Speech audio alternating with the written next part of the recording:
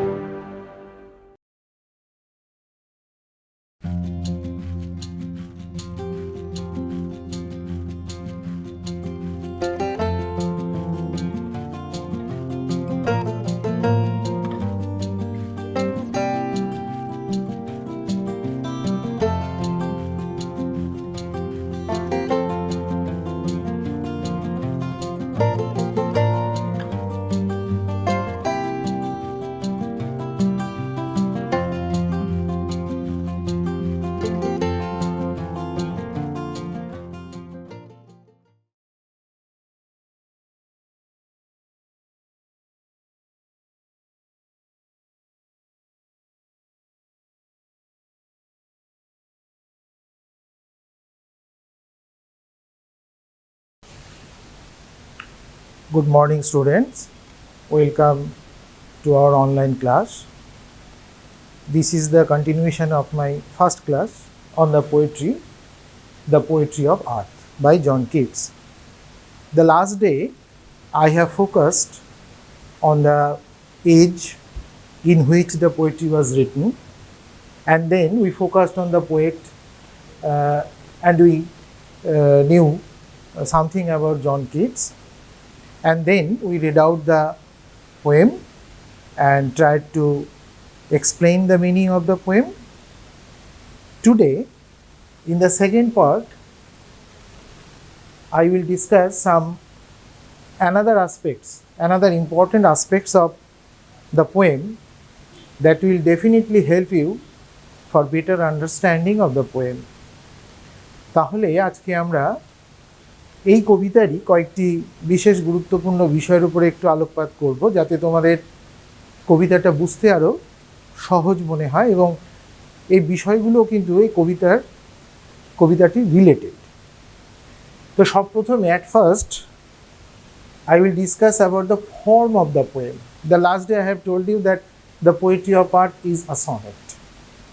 তাহলে আমরা কি বলেছিলাম যে সনেট চতুর্দশপদী কবিতা, এখানে 14টা লাইন থাকে, কিন্তু আজকে আমরা একটু ইলাবোরেট ডিসকাশন চাই, তাতে করে আমাদের আরেকটু বুঝতে সুবিধা হবে। দেখো, sonnets are of mainly 4 types. সনেটকে কিন্তু আমরা মূলত 4 ভাগে ভাগ করি: Petrarchan sonnet, Shakespearean sonnet, Spenserian sonnet and Miltonic sonnet. কিন্তু এখানে আমরা এই সনেটের, যেহেতু আমাদের সিলেবাসে 3টে সনেট আছে, এই কবিতার ঠিক আগের যে কবিতাটা সনেট 18, তার সঙ্গে রিলেটেড আমি এখানে কিছু জিনিস আলোচনা করব, এবং তার পাশাপাশি আমরা যে সনেটটা পড়ছি পোয়েট্রি অফ আর্ট, তার পার্থক্যগুলো কি সেগুলোকে আমরা প্রথমত বোঝার চেষ্টা করব। দেখো, আমরা এখানে সনেটটাকে 2টো পার্টে ভাগ করেছি। ওয়ান ইজ ইংলিশ সনেট, যেটাকে আমরা শেক্সপিয়ারিয়ান সনেট বলছি, and another is Italian sonnet, that is called Petrarchan sonnet. Both the sonnets have similarities. কি similarities? এখানেও দেখেছি আমরা শেক্সপিয়ারিয়ান সনেট 14 লাইনের, ইট কনসিস্ট 14 লাইনস, এবং পেট্রাকান সনেটেও আমরা দেখছি যে এখানেও সেই 14টা লাইন, মানে সনেট মানেই চতুর্দশপদী কবিতা, ইট মাস্ট হ্যাভ 14 লাইনস। এছাড়াও সিমিলারিটিস আমরা যেটা পাই, both the sonnets are written in iambic pentameter, যেটা আমাদের এখানে খুব একটা আলোচনার প্রয়োজন আছে বলে আমার মনে হয়। ভবিষ্যতে উঁচু ক্লাসে উঠে যদি ইংরাজি সাহিত্য নিয়ে পড়াশোনা করো, তখন এই মিটার, ফিট এগুলো সব বুঝতে পারবে। এখন আমরা মূলত যেটা আলোচনা করব সেটা হচ্ছে রিগার্ডিং ফর্ম, অর্থাৎ গঠন। এই গঠনগত বৈষম্য, dissimilarities. I will focus on the dissimilarities of these sonnets. এই যে English sonnet and Italian sonnet, এদের পার্থক্য কোথায়? কেন আমরা এই ধরনের সনেট ইটালিয়ান সনেট বলছি? আবার sonnet number 18 written by William Shakespeare, that is called English sonnet. Why? আমরা একটু ফরমেশনে যাব। দেখবে কবিতাটা তোমরা উল্টে দেখবে, sonnet 18 shall I compare thee to a summer's day, যেখানে William Shakespeare, these sonnets are divided into 3 quatrains. Quatrains. এই কোয়াট্রেন শব্দটার অর্থ একটু জেনে নিলে জিনিসটা তোমাদের কাছে সব সুবিধা। A quatrains means a stanza of 4 lines. A stanza of 4 lines, অর্থাৎ 4 লাইনের একটা স্ট্যাঞ্জাকে আমরা বলছি কোয়াট্রেন, এবং তার সাথে থাকছে 1 কাপলেট। এই কাপলেট মানে হচ্ছে আ স্ট্যাঞ্জা অফ 2 লাইনস, অর্থাৎ 2টো লাইনের একটা স্তবক আর 4টা লাইনের 3টে স্তবক। তাহলে একটু বিভাজনটা আমরা দেখিনি, তাহলে ইট উইল বি ক্লিয়ার। যেমন 3টা কোয়াট্রেন মানে 3 into 4 is equal to 12 lines. 1 couplet, that means 1 into 2, that means 2 lines. তাহলে মোট হয়ে গেল 14 lines. এইভাবে কিন্তু এই ইংলিশ সনেটগুলো বিভাজিত। এখানে আমরা ডেফিনিট 3টা কোয়াট্রেন পাই এবং একটা কাপলেট পাই। তোমরা সনেট 18 একটু পাতা উল্টে দেখে নেবে, সেখানে দেখবে পরিষ্কার 3টে অনুচ্ছেদ আর তার সঙ্গে 2 লাইনের একটা অনুচ্ছেদ। এইভাবে কিন্তু ভাগ হয়েছে English sonnet. But Italian sonnet is not separated into stanzas. এটাই হচ্ছে বৈশিষ্ট্য, পার্থক্য। When we find that English sonnet is separated into stanzas, but the Petrarchan sonnet or Italian sonnet is not separated into stanzas, but it is separated into octave and sestate. This is the difference between two sonnets. Here we find octave and sestate. What is octave? The first 8 lines. The first 8 lines are called octave, and the last 6 lines are called sestate. That means total is 14. তাহলে এই 14টা লাইনকে আমরা এখানে কি করে পাচ্ছি? কোনো স্তবকে পাচ্ছি না, কোনো স্তবকে ভাগ পাচ্ছি না, পাচ্ছি কিসে? Octave and সেস্টেট। অক্টেভে পাচ্ছি আমরা 8 লাইন্স অ্যান্ড সেস্টেট 6 লাইন্স। এই দুটো মিলে আমরা 14 লাইন্সের ইটালিয়ান সনেট পাচ্ছি। And Keats followed this form of sonnet in his poetry, the poetry of earth. Practically there is no stanzas. There is definite octave and definite sestate. Now I will discuss the breakup of octave. এবার আমরা এখানে অক্টেভকে breakup করব, ভাঙবো। কবিতাটা দেখলে বুঝতে পারবে এখানে পরিষ্কার 4 + 4, আর সেস্টেটকে ব্রেকআপ করলে আমরা পাচ্ছি 3 + 3। কেন আমি এটা এলাম? যখন আমরা কবিতাটা পড়েছি আমরা দেখেছি যে অক্টেভের মধ্যে আমরা 2 রকম জিনিস পেয়েছি। ফার্স্ট 4 লাইন একরকম, সেকেন্ড 4 লাইন আর একরকম। And when we go through the sestet part of the poem, we find প্রথম 3 লাইন একরকম, পরের 3 লাইন একরকম। কেন? দেখো কবিতাটাতে যদি যাও তাহলে দেখবে যে অক্টেভে প্রথম 4 লাইনে কবি কি করেছেন? Described summer. তাহলে প্রথম 4 লাইনে কবি বর্ণনা করলেন গ্রীষ্মকালটাকে, আর ঠিক তার পরের যে 4 লাইনটা, সেই 4 লাইনে কবি কি করলেন? ডেসক্রাইবড গ্রাসহপার। দুটো ভাগ করে নিয়েছে সুন্দরভাবে। আমরা দুটো ডেফিনিট মানে ডিস্টিংক্ট ডিফারেন্স পাচ্ছি। প্রথম 4 লাইন পাচ্ছি আমরা the description of the summer, and next 4 line explains the grasshopper and its activity. Similarly সেস্টেটটা দেখো, সেস্টেটেও আমরা কি করেছি? 6 লাইনকে 3 পার্টে পাচ্ছি। ফার্স্ট 3 লাইনে দেখবে the poet described winter. That means in octave, first 4 lines describes a season, summer, and in sestet, in first 3 lines, the poet described winter. That means a seasonal description. And the latter 3 part of the 3 lines The next part of the sestet, here the poet described the cricket. There lies the similarity.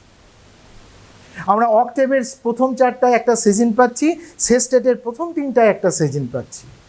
এখানে কবি সামারের বর্ণনা করছেন, এখানে কবি উইন্টারের বর্ণনা করছেন। পাশাপাশি অক্টেভের পরের 4 লাইনে আমরা পাচ্ছি গ্রাসহোফারের ডেসক্রিপশন, গ্রাসহোফারের অ্যাক্টিভিটি, আর সেস্টেটের শেষের 3 লাইনে আমরা পাচ্ছি ক্রিকেটের activity. This is very interesting. এইভাবে কবি এই দ্য পোয়েট্রি অফ আর্ট এই কবিতাটাকে গঠন করেছেন। This is the form of the poem. Now I will discuss the rhyme of the poem. কবিতায় কি ছন্দ ব্যবহৃত হয়েছে সেটা আমরা একটু এখানে আলোচনা করে নেব। রাইম অফ দ্য পোয়েম, কারণ আমরা জানি যে সনেট মানে অমিত্রাক্ষর ছন্দ, তবুও এখানে একটা ছন্দ আমরা পাই। আমরা এই যে দুটো পার্ট করেছি, ইংলিশ সনেট, ইটালিয়ান সনেট, এদের ছন্দের যে বৈচিত্র্য সেটা আমরা এখানে একটু আলোচনা করে নেব। দেখো, আমরা শেক্সপিয়ারের সনেট, অর্থাৎ যেটা তোমাদের পাঠ্যপুস্তকে আছে, এই যে সনেটটা পড়তে হবে, সনেট নাম্বার 18, ওই সনেট নাম্বার 18-এ আমরা কি কি পেয়েছি বলেছি যে 3টা কোয়াট্রেন, একটা কাপলেট। এই কোয়াট্রেনগুলোর মধ্যে কিন্তু একটা অদ্ভুত ছন্দ আছে। সেই ছন্দটা কি দেখো, ছন্দটা হচ্ছে যে তোমরা যদি প্রথম, আমি সনেট নাম্বার 18-এর উদাহরণটা নিচ্ছি, that is in your syllabus, sonnet number 18 by William Shakespeare. সেখানে দেখো ফার্স্ট লাইনের লাস্ট ওয়ার্ড, আমি লাস্ট ওয়ার্ডগুলো লিখছি। ফার্স্ট লাইনের লাস্ট ওয়ার্ড ডে, সেকেন্ড লাইনের লাস্ট ওয়ার্ড হচ্ছে temperate,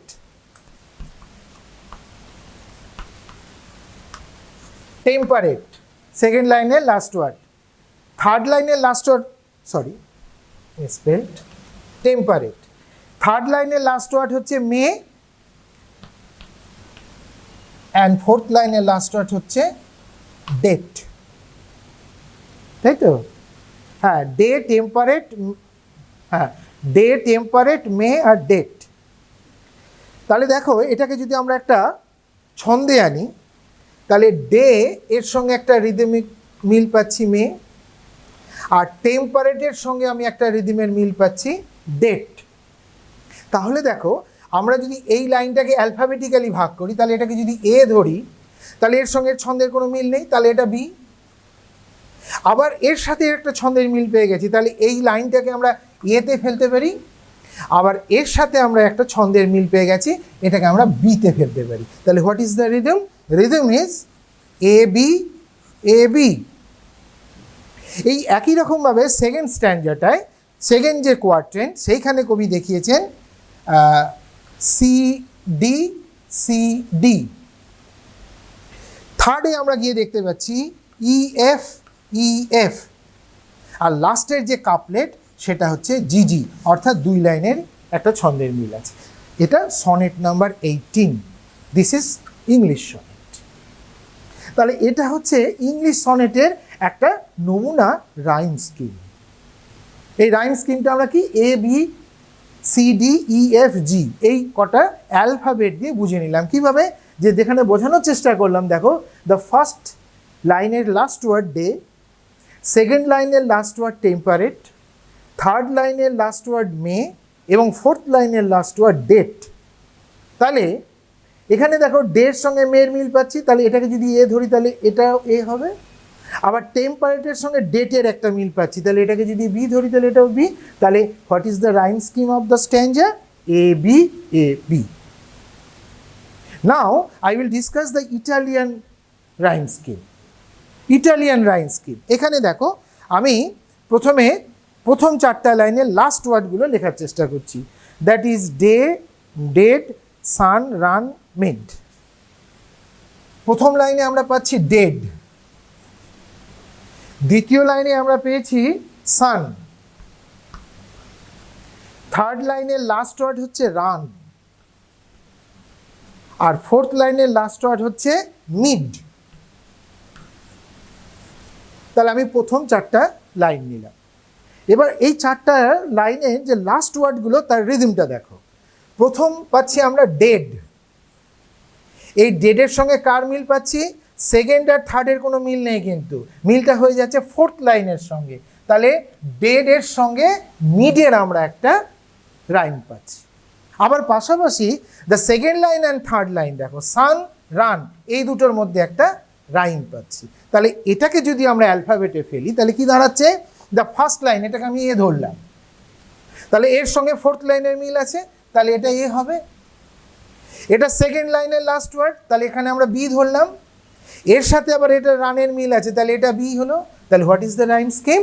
the rhyme scheme is A B B A. This is the rhyme scheme of the poem. And here lies the difference between two poems, two types of sonnets.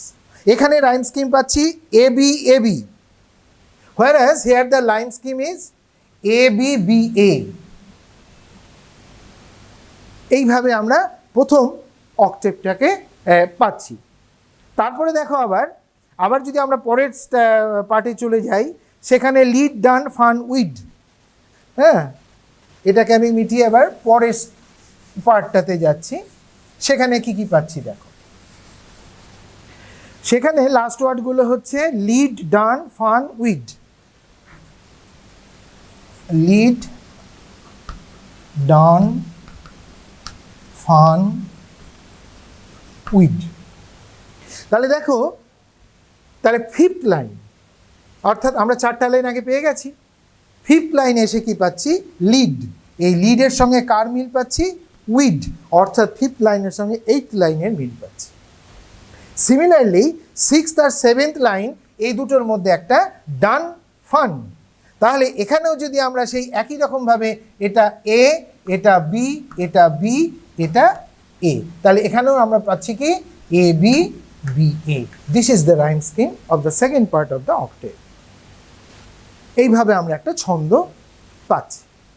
এবং যদি আমরা সেস্টেটে যাই, এখানে দেখো, এখানে তো octave সেস্টেট definite পাচ্ছি না আমরা, এখানে আমরা তিনটা কোয়ার্টেন একটা কাপলেট, সেই জন্য দেখো A B B, A B A B, C D C D, E F E F, G G, অর্থাৎ প্রথম লাইনের সঙ্গে দ্বিতীয় লাইন, প্রথম লাইনের সঙ্গে তৃতীয় লাইন, দ্বিতীয়র সঙ্গে চতুর্থ লাইন, পঞ্চম লাইনের সঙ্গে সপ্তম লাইন, ষষ্ঠ লাইনের সঙ্গে অষ্টম লাইন, আবার একই রকমভাবে এখানে নবম লাইনের সঙ্গে একাদশ লাইন, আর দশম লাইনের সঙ্গে দ্বাদশ লাইন, আর 13-14 দুটো জিজি, মানে এটা একই রকম ছন্দ। এবার আমরা ইটালিয়ান সনেটের সেস্টেটের রাইম স্কিমটা একটু দেখি। সেস্টেটকে আমরা কীভাবে পেয়েছি আমি আগেই বলেছি, 3+3। এখানেও আমরা 3+3-তে পাচ্ছি সেস্টেটকে, যেখানে প্রথম 3-তে তিনি কবি ব্যাখ্যা করছেন উইন্টার, আর সেকেন্ড 3-তে গিয়ে তিনি ক্রিকেটের ডেসক্রিপশন দিচ্ছেন, তার অ্যাক্টিভিটির বর্ণনা দিচ্ছেন। ফার্স্ট 3 লাস্ট ওয়ার্ডগুলো কী কী দেখো। আচ্ছা,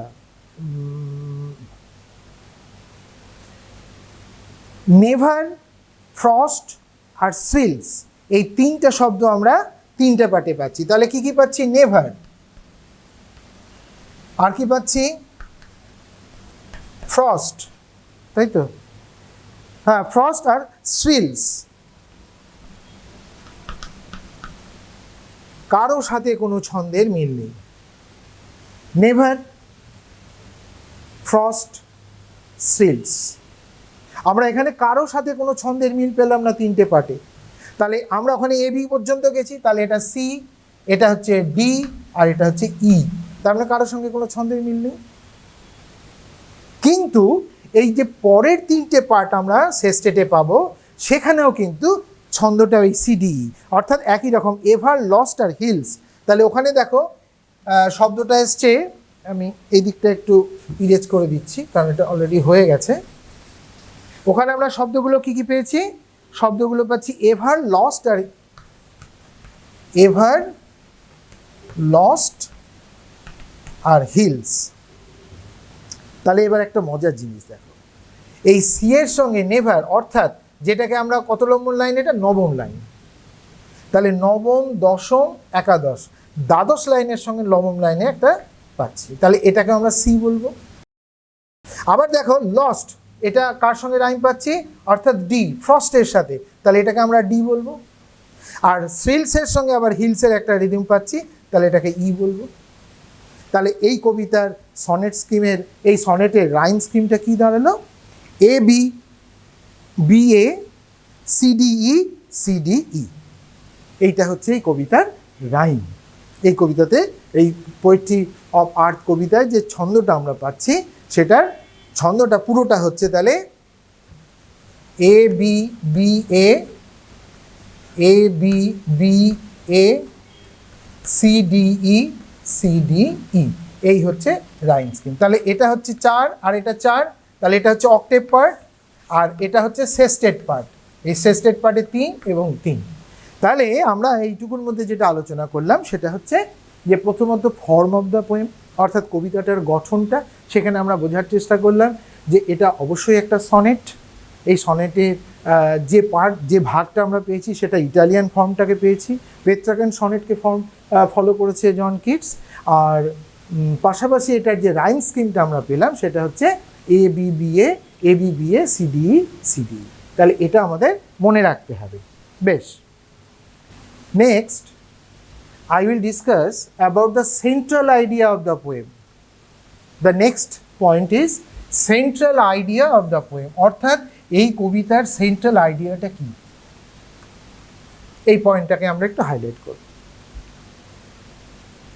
The central idea of the poem is the tenacity of the grasshopper and the cricket to provide entertainment and joy to us through their songs. অর্থাৎ এই কবিতার যদি সেন্ট্রাল আইডিয়াটাতে আমরা যাই, তাহলে যে জিনিসটা পাবো সেটা হচ্ছে যে এখানে যে দুটো ইনসেক্ট আমরা পেয়েছি, গ্রাসহপার এবং ক্রিকেট, তাদের যে একাগ্রতা, তাদের যে পারসিভারেন্স, তাদের যে নিষ্ঠা, কিসের নিষ্ঠা? To continue the music of earth. কবি কি বলছেন? The poetry of earth is never dead.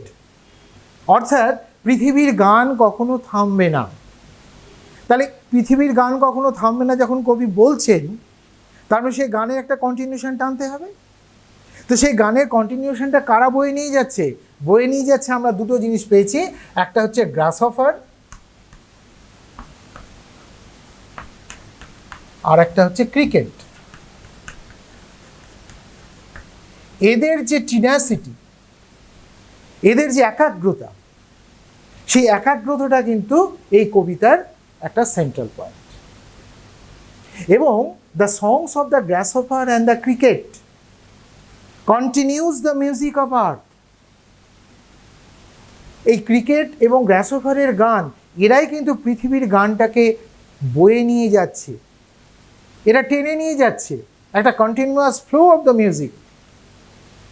এবং তারা করছে কখন? তারা করছে প্রতিকূল অবস্থার মধ্যে। তাহলে তাদের এই প্রতিকূল অবস্থাটা, দ্য অ্যাডভার্স সার্কামস্ট্যান্স, সেটা কিন্তু তাদেরকে কোনো রকমভাবেই প্রতিহত করতে পারছে না। গ্রাসহপার sings in hot and humid atmosphere of summer, and in the frosty chill winter the cricket finds its voice. তাহলে the central idea of the poem, আমি কবিতার যদি মূল ধারণাতে যাই, তাহলে সেটা পাবো এই গ্রাসহপার এবং ক্রিকেটের যে টিনাসিটি, তাদের যে নিষ্ঠা। পাখিরা গান বন্ধ করে দিয়েছে, চারিদিক নিস্তব্ধ। আমাদের মনে হতেই পারে তাহলে কি পৃথিবীর গান থেমে গেল? তাহলে কি কবির সেই যে ডিক্লারেশন, সেটা কি বন্ধ হয়ে গেল? না। তাহলে তারা সেই গানের কন্টিনিউয়েশনটা কে বয়ে নিয়ে গেল? বয়ে নিয়ে গেল এই দুটো insect. These are also the components of nature. এবং তারা তাদের একাগ্রতার মধ্যে দিয়ে এই অ্যাডভার্স সিচুয়েশন, কারণ আমি বললাম যে কখন গ্রাসহপার গাইছে, যখন একটা hot and humid atmosphere, the world is engulfed, the world is enveloped in the suffocated room, in the suffocated atmosphere, then the grasshopper finds luxury. আর ক্রিকেট কখন গাইছে? when the winter capsulizes the earth, সারা পৃথিবীটাকে শীতকাল যখন একটা ক্যাপসুলের মধ্যে ভরে ফেলেছে, শীতের জ্বালাতনের মধ্যে ভরে ফেলেছে, তখন কিন্তু ক্রিকেট তার ভয়েস খুঁজে পাচ্ছে। তাহলে this is the central idea of the poem. এবং এটার মধ্যে দিয়েই continuation of the music, the poetry of earth is never dead, যেটা কবি ডিক্লেয়ার করছেন, সেটা আসছে। এবার আমরা যেটা আলোচনা করব সেটা হচ্ছে থিম অফ দ্য পোয়েম। তাহলে what is the difference between theme and central idea? Theme হচ্ছে যে বিষয়টাকে নিয়ে কবি কবিতাটা লিখেছে। এখানে আমরা কি পাচ্ছি? Nature is the major theme. Nature is the major theme of the poem. এই কবিতার মূল জিনিসটা হচ্ছে প্রকৃতি। But central idea is the tenacity of grasshopper. তাদের নিষ্ঠা, তাদের প্রতিকূলতার মধ্যেও তাদের গান গেয়ে যাওয়ার প্রবণতা, পৃথিবীর সঙ্গীতটাকে বয়ে নিয়ে যাওয়ার যে রেসপন্সিবিলিটি দে টুক আন্ডার দেম, আপন দেম, সেটা হচ্ছে সেন্ট্রাল আইডিয়া। তাহলে here the theme of the poem is nature. That means the nature is the major theme of the poem. The first line of the poem begins with the declaration of the poet that the poetry of art is never dead. And this declaration is followed by the poets trying to establish this, trying to explain this. কবি প্রথমে বলে দিলেন পৃথিবীর গানের কখনো বিনাশ নেই, কখনো শেষ নেই। তাকে তো এক্সপ্লেন করতে হবে, তাকে তো এটা এস্টাবলিশ করতে হবে। এই এস্টাবলিশ করতে গিয়ে কবি কী করলেন? তখন এই প্রকৃতিকে টেনে আনলেন। He finds beauty in everything. সব কিছুর মধ্যেই তিনি সৌন্দর্য পেলেন, প্রকৃতিকে নিয়ে আসলেন। He alludes nature in the form of, কী কী পেয়েছি আমরা? দেখো কবিতার মধ্যে আমরা যে প্রকৃতির জিনিসগুলো পাচ্ছি, the sun, birds, trees, hedge, meadow, frost, grassy hills, these are the motifs of nature. কবি এই জিনিসগুলোকে হাইলাইট করেছেন বিভিন্ন জায়গাতে, দিয়ে তার যে কবিতার বিষয়বস্তু নেচার, সেটাকে তিনি এখানে এস্টাবলিশ করেছেন। কারণ আমরা জানি the poetry of earth was written in the romantic age, এবং এই রোম্যান্টিক এজে প্রকৃতি হচ্ছে একটা অনাবিল আনন্দের উৎস। It is the source of unbounded joy. They return to the nature. সেই সময়ের কবিরা, আমি আগের দিন বুঝিয়েছি যে তারা বাস্তব থেকে চলে গেছে প্রকৃতির মধ্যে, and they found beauty in nature. And that's why the nature is the major theme of the poem, the poetry of earth. Now I will focus on the hope as the symbol in the poem. We will discuss about hope. দেখো, আশাতেই তো আমরা বেঁচে আছি। এই কবিতার মধ্যেও একটা আশার সঞ্চার হয়েছে। Hope as a symbol in the poem. এখানে আমরা যেটা আলোচনা করব, যে দেখো সব কিছুর মধ্যেই there is hope, because happiness is a choice. আমরা খুশি থাকবো, আমরা সুখে থাকবো, এটা আমাদের একটা পছন্দ, এবং যে কোনো পরিস্থিতির মধ্যেই কিন্তু আমরা এই আনন্দটাকে বেছে নিতে পারি। It is up to us, এটা আমাদের উপর নির্ভর করবে। তাহলে the grasshopper and the cricket symbolized hope in the poem. The grasshopper and the cricket are the symbols of hope in the poem. How? কিভাবে? দেখো, the grasshopper and the cricket continue their daily rituals even in suffocated summer or frosty winter, when all other creatures cannot. They provide us hope that no matter how hard the situation is, there is always a way to overcome them. দেখো, একমাত্র এই গ্রাসহপার এবং cricket, তারাই কিন্তু আমাদেরকে এই আশাটা দিচ্ছে যে no matter it is, how hard the situation is, how adverse the circumstances are, পরিস্থিতি যতই বিরূপ হোক না কেন, there is always a way to overcome them. অর্থাৎ তার থেকে উঠে আসার, তার থেকে বেরিয়ে আসার একটা পথ আছেই। So the grasshopper sings even in hot summer when the birds and other creatures of the nature are seeking for cozy shelter. দেখো, যখন পৃথিবীর অন্যান্য প্রাণীরা এবং পাখি তারা সূর্যের তাপদাহে ক্লান্ত হয়ে পড়ছে, তারা একটা কোজি শেল্টার, একটা বিশ্রামের জায়গা খুঁজছে under the cooling shade of trees, সেই সময়টা কিন্তু এই গ্রাসহপারের কাছে একটা লাক্সারির সময়, একটা বিলাসিতার সময়। That is hope. এটাই তো আশা, যে আমরা ভেবেছি গ্রীষ্মকালে যখন পাখিরা গান বন্ধ করে দিল, the music of the earth will come to an end. কিন্তু সেটা যে ঠিক নয়, কবির কল্পনায় সেই গ্রাসহপার কিন্তু সেই সময়টাকে তার আনন্দ বিনোদনের সময় হিসেবে বেছে নিল। Similarly, when the frost has wrought silence all over the world, that means the winter capsulizes the world in a quarantine. শীতকাল যখন এই পৃথিবীটাকে একটা আলাদা জায়গায় আইসোলেট করে দিচ্ছে, we feel lonely then. The roads are deserted. We feel alone in our rooms. তখন কিন্তু the cricket finds his voice. তখনও ক্রিকেট তার কণ্ঠস্বরটা হারাচ্ছে না, সে কিন্তু ওই শীতল ঠান্ডায়, যেখানে চারিদিক নিস্তব্ধ, the whole world gets itself silenced, সেই সময় কিন্তু the cricket finds its voice and continues the music of the earth. This is hope. Whatever the circumstances may be, we can never lose our hope. There is hope in everything. সব কিছুর মধ্যে একটা আশা আছে, এবং এই আশাটা আমরা কোত্থেকে পাচ্ছি? এই কবিতায় ওই গ্রাসহপার আর ক্রিকেটের মধ্যে দিয়ে পাচ্ছি। কিভাবে পাচ্ছি?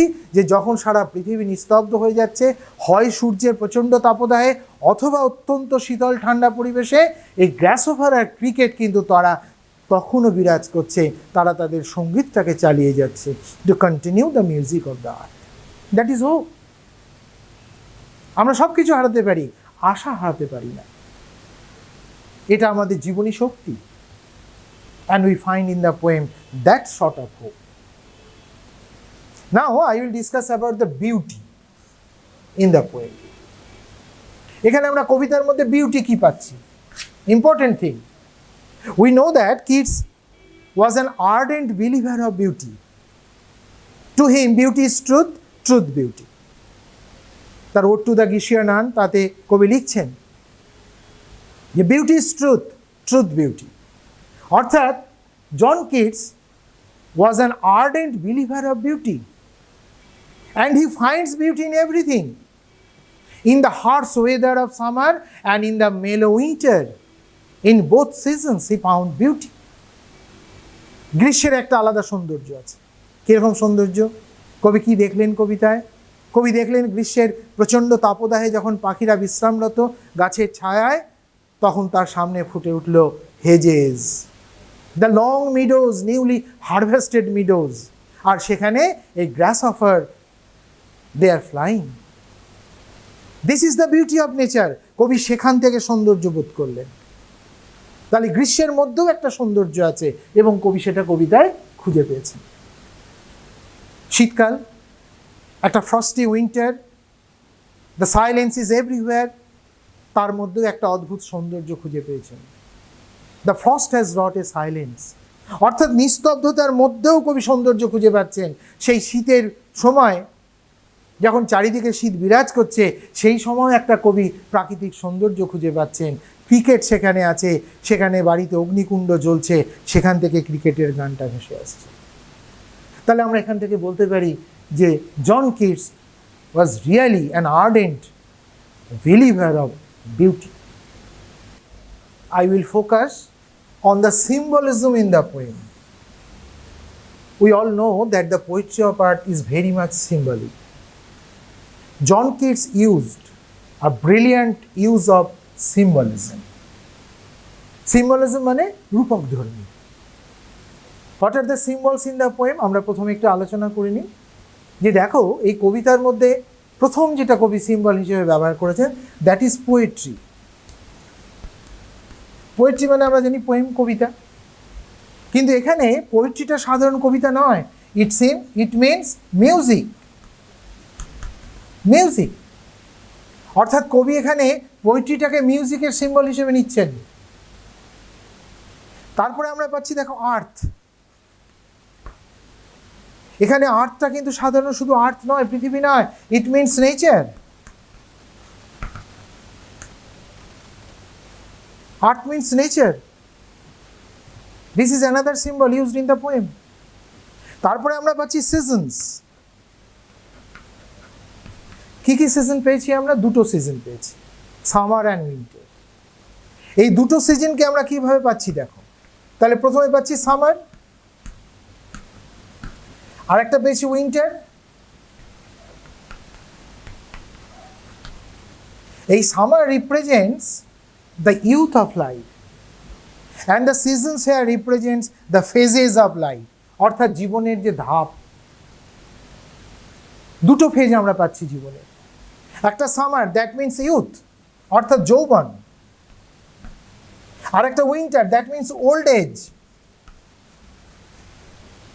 এই দুটো সিম্বল এখানে কবি ব্যবহার করেছেন সামার আর উইন্টারের মধ্যে দিয়ে, কারণ আমরা কবিতার মধ্যে দেখেছি একটা সিজনাল চেঞ্জ আসছে, সামারের পরে উইন্টার। তো here summer is the symbol of youth with all its vigour, কারণ গ্রীষ্মটাকে কবি কি করে দেখিয়েছেন? Hot sun. This is a symbol in the poem. আমাদের যৌবন কালটাকে কবি এখানে গ্রীষ্মকালের সঙ্গে তুলনা করছেন, কারণ যৌবন উন্মত্ত, উদ্দাম, গ্রীষ্মকাল প্রখর তাপদাহ উইথ অল ইটস ভিগার। আর উইন্টারটা কি? Old age. উইন্টার শীতকাল, একটা জড়তা, একটা নিস্তব্ধতা, একটা অলসতা শরীরের মধ্যে আসছে, সেটাকে কবি এখানে ওল্ড এজটাকে ধরছে। তাহলে this are the symbols, major symbols used in the poem. আমরা খুব সহজভাবে পড়ছি the poetry of earth is never dead, কিন্তু কবি বোঝাতে চাইছেন কি? কবি বলতে চেয়েছেন the music of earth. Earth means the nature, অর্থাৎ প্রকৃতি সবসময় সঙ্গীত মুখর, প্রকৃতি সবসময় Jubilant. The exuberant beauty of the nature that is felt by the poet, এবং সেই নেচারটাকে কে রিপ্রেজেন্ট করছে? আর্থ। তারপরে আমরা পেয়েছি সিজনস। সেখানে দেখলাম দুটো ঋতু, একটা ঋতু আসছে আর একটা যাচ্ছে, দুটো মেজর সিজন আমরা পেয়েছি। সামার, সেটা কাকে রিপ্রেজেন্ট করছে? ইউথকে, অর্থাৎ summer is the symbol of youth, when the winter is the symbol of old age. There are another symbols also. আরও কিছু পাচ্ছি আমরা, যেমন ধরো আমরা পেয়েছি বার্ডস, আমরা সিজনস তো পেয়েছি, বার্ডস পেয়েছি, আমরা গ্রাসোফারকে পেয়েছি,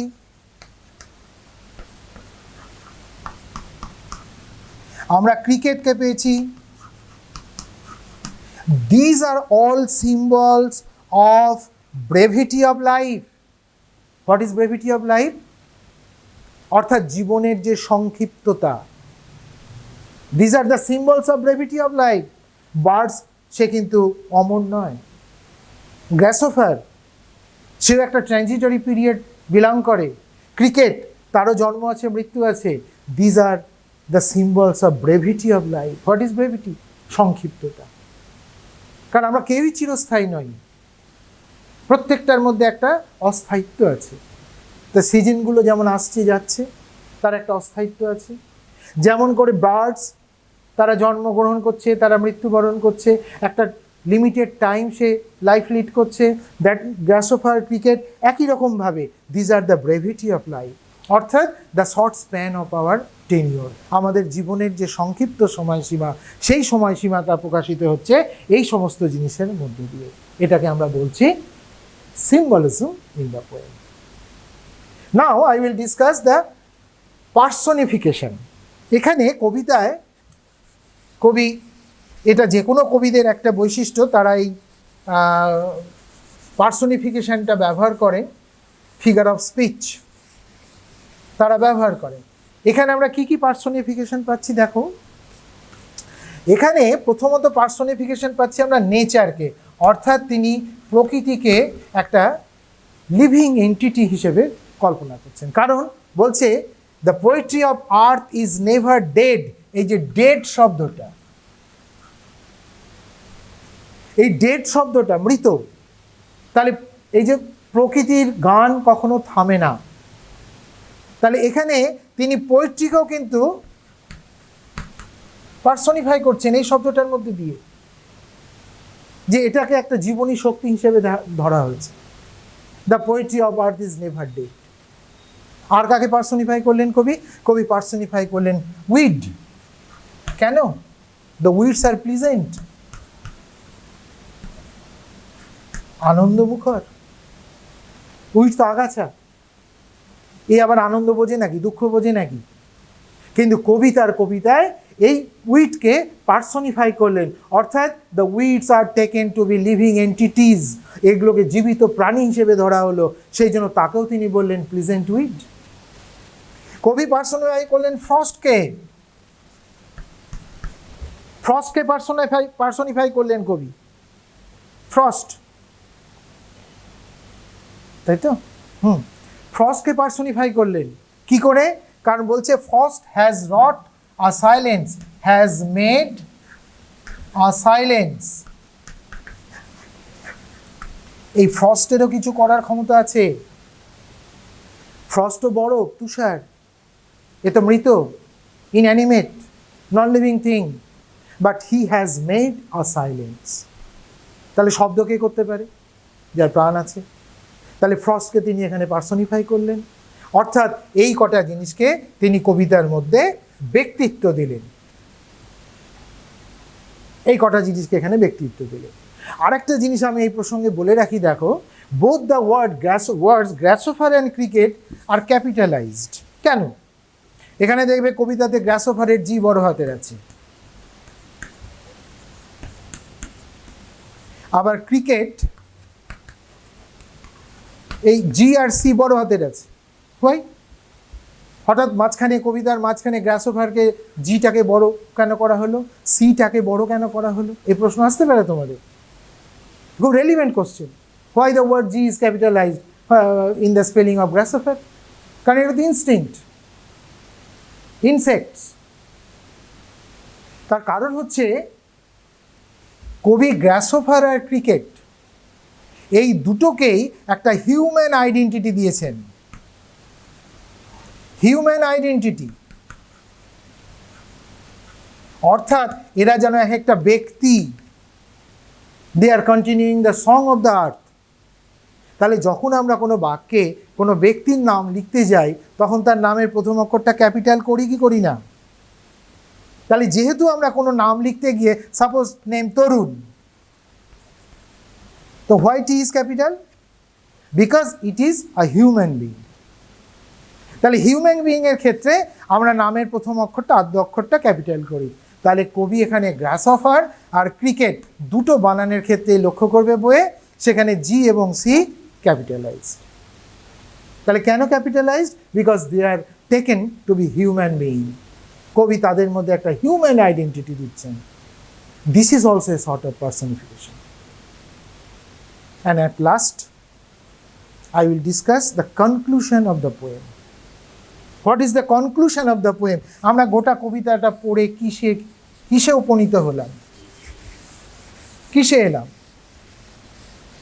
সেখানে একটুখানি লক্ষ্য করো। Conclusion of the poem. এখানে আমরা বলবো যে এই কনক্লুশন পার্টে আমাদের কাছে এটা পরিষ্কার হয়ে গেল যে John Keats was truly a nature poet. The poem is very much close to his heart. এই কবিতাটা কিন্তু একদম মনে হচ্ছে তার অন্তর থেকে বেরিয়ে এসেছে। It is very much close to his heart. And another important is the poet believed in immortality of poetry believed in immortality in emotion,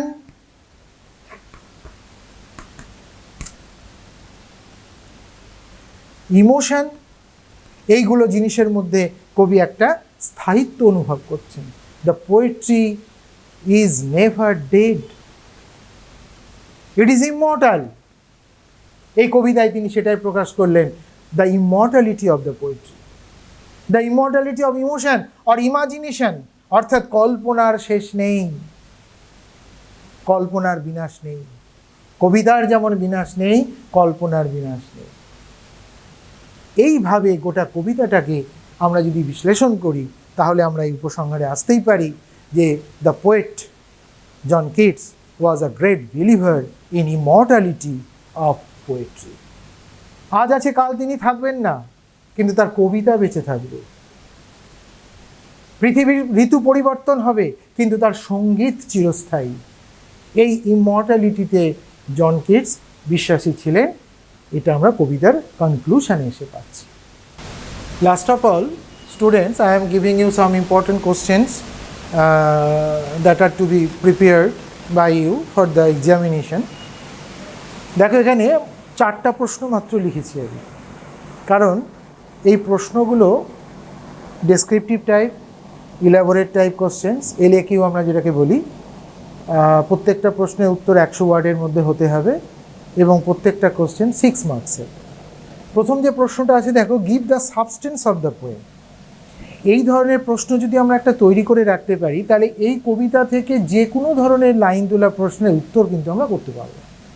কারণ কবিতাটার সাবস্টেন্সটা যখন আমরা পেয়ে যাচ্ছি, এটা যদি আমরা তৈরি করে রাখতে পারি তাহলে গোটা কবিতার যে কোনো লাইন তুলে যে প্রশ্নই আসুক না কেন এর মধ্যে তার উত্তরটা কিন্তু খুঁজে পাবে। তাহলে এটা খুব ইম্পর্টেন্ট কোশ্চেন। এটা পরীক্ষাতে হয়তো সাবস্টেন্স নাও আসতে পারে এইভাবে, কিন্তু যে কোনো লাইন তুলে প্রশ্নটা দিল, এই ধরনের প্রশ্ন থেকে তোমরা উত্তরটা বানাতে পারবে। নেক্সট দেখো, justify of the title of the poem. অর্থাৎ এই যে পোয়েট্রি অফ আর্ট, অ্যাকচুয়ালি যে এটা পোয়েট্রি অফ আর্ট নয়, আগে একটা টাইটেল ছিল, পরে এটা চেঞ্জ হয়েছে। পোয়েট্রি অফ আর্ট বলতে কী বোঝাচ্ছেন কবি, এই জিনিসটাকে এই title, justification of the title একটা কোশ্চেন হয়। এবং আমি আলোচনা করেছি পড়ানোর সময়, give the central idea of the poem, অর্থাৎ কবিতার যে অন্তর্নিহিত বিষয়বস্তু সেটাকে আলোচনা করতে হবে। এবং সবশেষে how does Keats establish the continuity of music of art.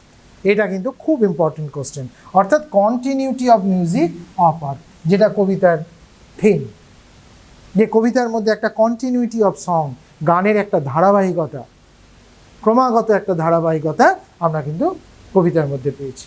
তাহলে এই 4টা কোশ্চেন যদি আমরা মোটামুটি প্রিপেয়ার হয়ে যেতে পারি, ইচ কোশ্চেন উইল 6 মার্কস। প্রত্যেকটা 6 নম্বরের প্রশ্ন এখানে দিয়েছি। পার্ট মার্কিং এই কারণে নেই, আমি লাইন তুলে প্রশ্ন এই কারণে এখানে আর বাড়ালাম না। তার কারণ হচ্ছে এই প্রশ্নটা করলেই আমরা যে কোনো ধরনের লাইন তোলা প্রশ্নের উত্তর করার জন্য প্রস্তুত হয়ে থাকব। তাহলে আমরা কবিতাটা পড়ার পর বাড়িতে ভালো করে রিডিং করতে হবে।